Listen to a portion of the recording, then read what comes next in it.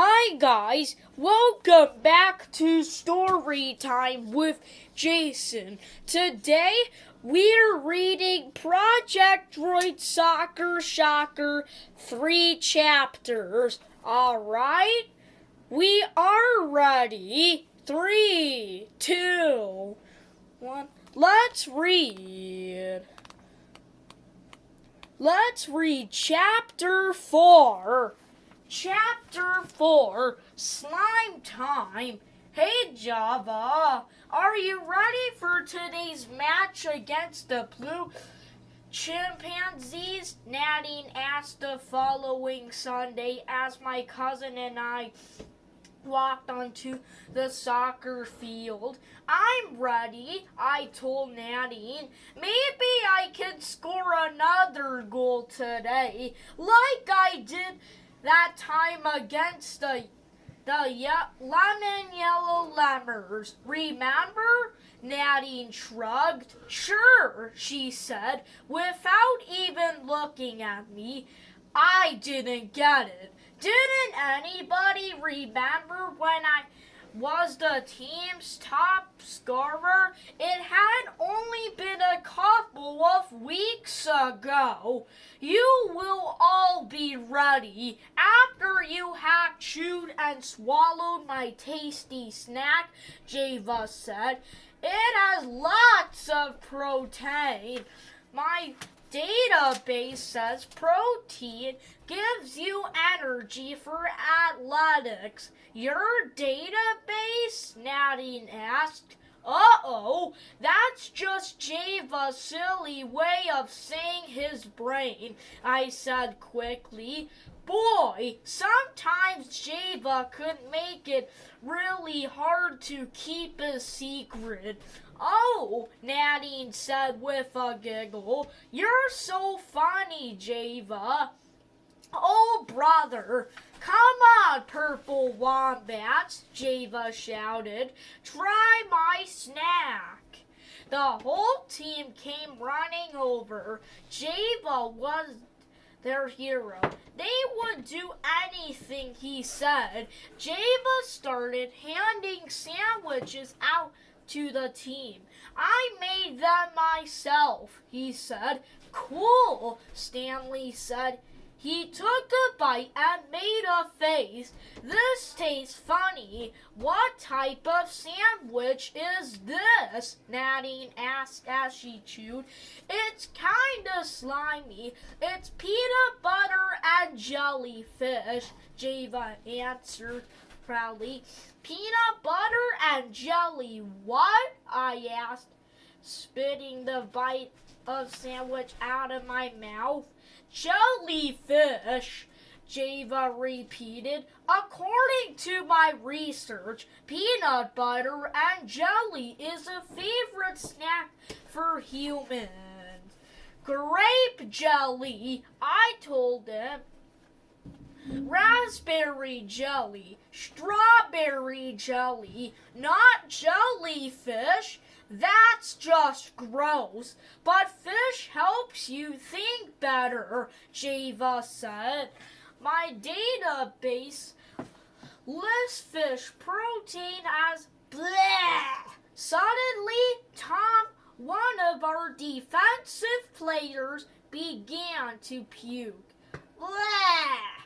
Then, Lexi, one of our midfielders, bent over. She started throwing up too. Reed, our fullback, grabbed his stomach. He started to run faster than I'd ever seen him move. Hey, where are you going? I asked. I gotta find a bathroom, Reed yelled as he raced off the field. How are we going to play if everyone is puking their guts out? Stanley asked Java. He sounded really upset. Java, why would you do this to your own team? Tom asked angrily, right before he started puking again.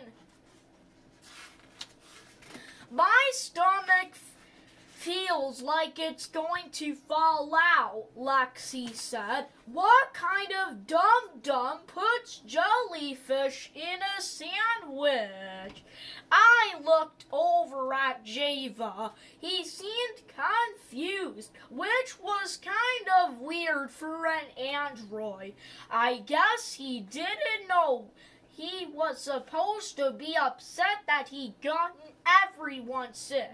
I felt bad for him. It wasn't fair that everyone was yelling at him.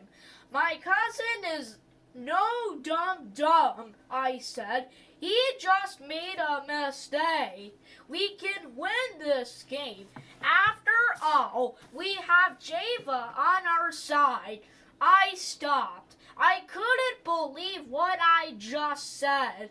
I watched as Nanny threw up a hunk of jellyfish onto the grass.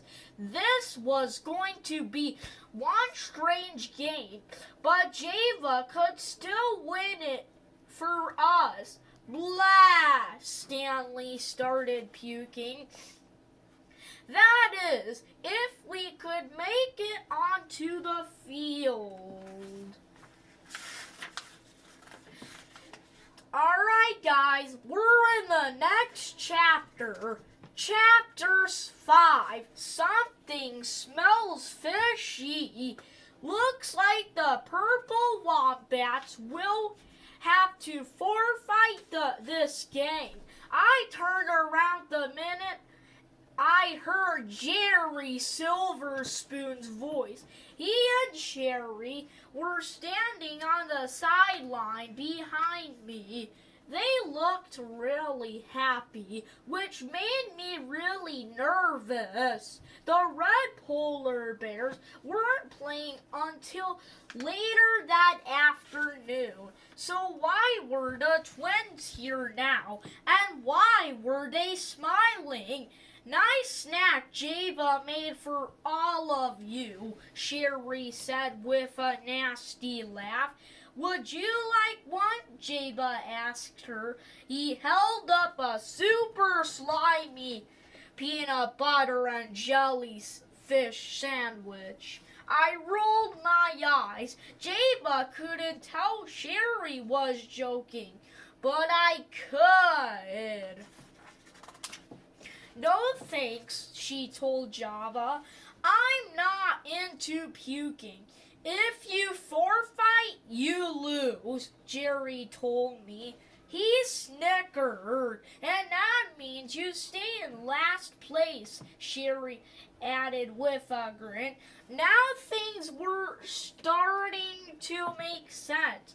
Did you tell Java to make jellyfish sandwiches? I asked the twins angrily. Well, the other day, Java asked us what our favorite soccer snack was, Sherry answered. She had a mean grin on her face. I might have said peanut butter and jelly. And when he asked what kind of jelly went best with peanut butter, we might have listed all kinds of jelly grape. Strawberry, jellyfish, Jerry added with a nasty laugh. I should have known the twins were behind this. I don't know where Java comes from, Sherry said, but I never met anyone who didn't know how to make peanut butter and jelly. Before I could answer, the referee called out, "Players take the field."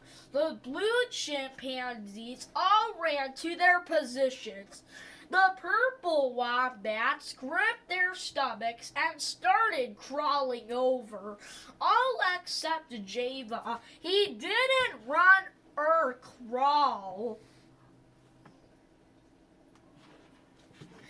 He shouted, "I can do it!" Then he bent down and began digging up the turf. I never seen anyone dig a hole that big that fast before. Jaba held up a pile of dirt and showed it to the ref. Here's the field, Java said. Where would you like me to take it? Oh, brother, that's not funny, kid, the referee said. Put that dirt back. We have a game to play. I looked around at my teammates. Their faces were turning all sorts of awful colors. We looked more like the puke green wombats. Java, it's all up to you, Stanley groaned as he stepped onto the field. You're the only one who can score on the blue chimpanzees today. That made me angry. I had to spit out my sandwich. I wasn't sick. I could still score a goal. I had done it once before, but Stanley, my best friend, didn't think I could win the game. He was depending on Java. I was tired of my friends thinking my android cousin was so great, but I didn't want the Silver Spoon's evil plot to work either. No way. Okay, Java, I said finally. Get scoring. That was all it took. My cousin became a one-man soccer machine. He stole the ball from the blue chimpanzees and dribbled it down the field so fast you could barely see his feet move. He got into position and slammed. He kicked the ball right past the chimpanzee goalie and through the net. Goal! The ref shouted. The blue chimpanzee stood there, staring. The purple wombat stood there, holding their stomachs. Tom let a little puke run out of his mouth, but he was smiling. Our whole team was. Java spent the whole first half slamming the ball across the field and into the blue chimpanzee goal. He scored with his butt. He scored with his feet. He scored with his belly. There was no stopping Java. Not that the blue chimpanzees didn't try. The whole team was defending against him, but Java was able to plow his way through them every time, while the whole blue chimpanzee team guarded Java. I ran toward a goal. This was my chance to score. Here, Java, I shouted. Pass it to me. But Java did not pass the ball to me. Instead, he kicked it hard, right past me. Right past the blue chimpanzee's goalie and into the net. Goal! The ref shouted again. My teammates were starting to feel better. They cheered for Java. I wasn't cheering. I could have scored. Java just didn't give me the chance, which wasn't fair. We're supposed to be a team, and there's no I in team. There's not supposed to be any droid in team either, but there was one on mine. You're a ball hog, I shouted at my cousin. Java gave me a funny look. I am not a hog, he said. I am not furry. I do not have pointy ears or a curly tail. I am a boy. No, you're not, Stanley told Java.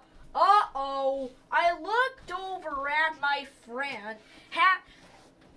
Had he figured out Java's secret? This was awful. It was what I have been worried about all along. He's not, I asked Stanley nervously. Nope, Stanley said with a smile. He's a champion. Oh man, no he's not, I thought to myself. He's an android. But of course, I couldn't tell Stanley that. Chapter 6, Atomic Flush. I had enough, I shouted, but no one heard me. My mom was busy in her lab, and Java was in the backyard chasing squirrels. I had no idea why he was chasing them. I didn't care either. Java could catch all the squirrels in the world as long as he gave me my friends back. I stormed angrily down the hall toward my room. I couldn't believe the big deal my teammates were making over Java. Nobody had cheered for me when I scored my goal. At least, not the way they cheered for Java. I've had enough, I shouted even louder. I really wanted Java off my team. I couldn't stand seeing him in that soccer jersey one more day. I glanced over at the laundry basket sitting in the bathroom across the hall. Java had already thrown his jersey in the basket, which was weird because it wasn't like it was sweaty or anything. Androids don't sweat. But seeing his jersey just sitting there gave me an idea. I pulled Java's soccer jersey out of the laundry. I threw it in the toilet, and then I flushed. Java's jersey swirled in the bowl. It went around and around the drain, and then water started gushing everywhere. Oh no, I shouted. Java must have heard me through the open window. The next thing I knew, he was racing up the stairs. What is wrong, Logan? He asked. I pointed at the toilet. Water was still pouring out of the bowl and onto the floor. And not just water, there was a goldfish. And an old action figure and a baby alligator. Where did that come from? Oh man, I cried. I'm toast. I can do it, Java shouted. He headed out of the bathroom and back down the stairs. Uh-oh, what's he up to now? Java came back right away. Here's your toast, Java said, holding up a loaf of bread. Well, it's bread anyway. Before I could stop him, my robot cousin threw the whole loaf of bread into the toilet. I don't know why Java did that. Maybe he was just copying what I'd done with his jersey. Sometimes it was nice that Java wanted to be like me, but not now. Whoosh! More water exploded out of the bowl. I looked at the bathroom floor. The goldfish was swimming around my ankles. The baby alligator was licking his chops. We gotta get my mom, I told Java. My cousin raced for the door.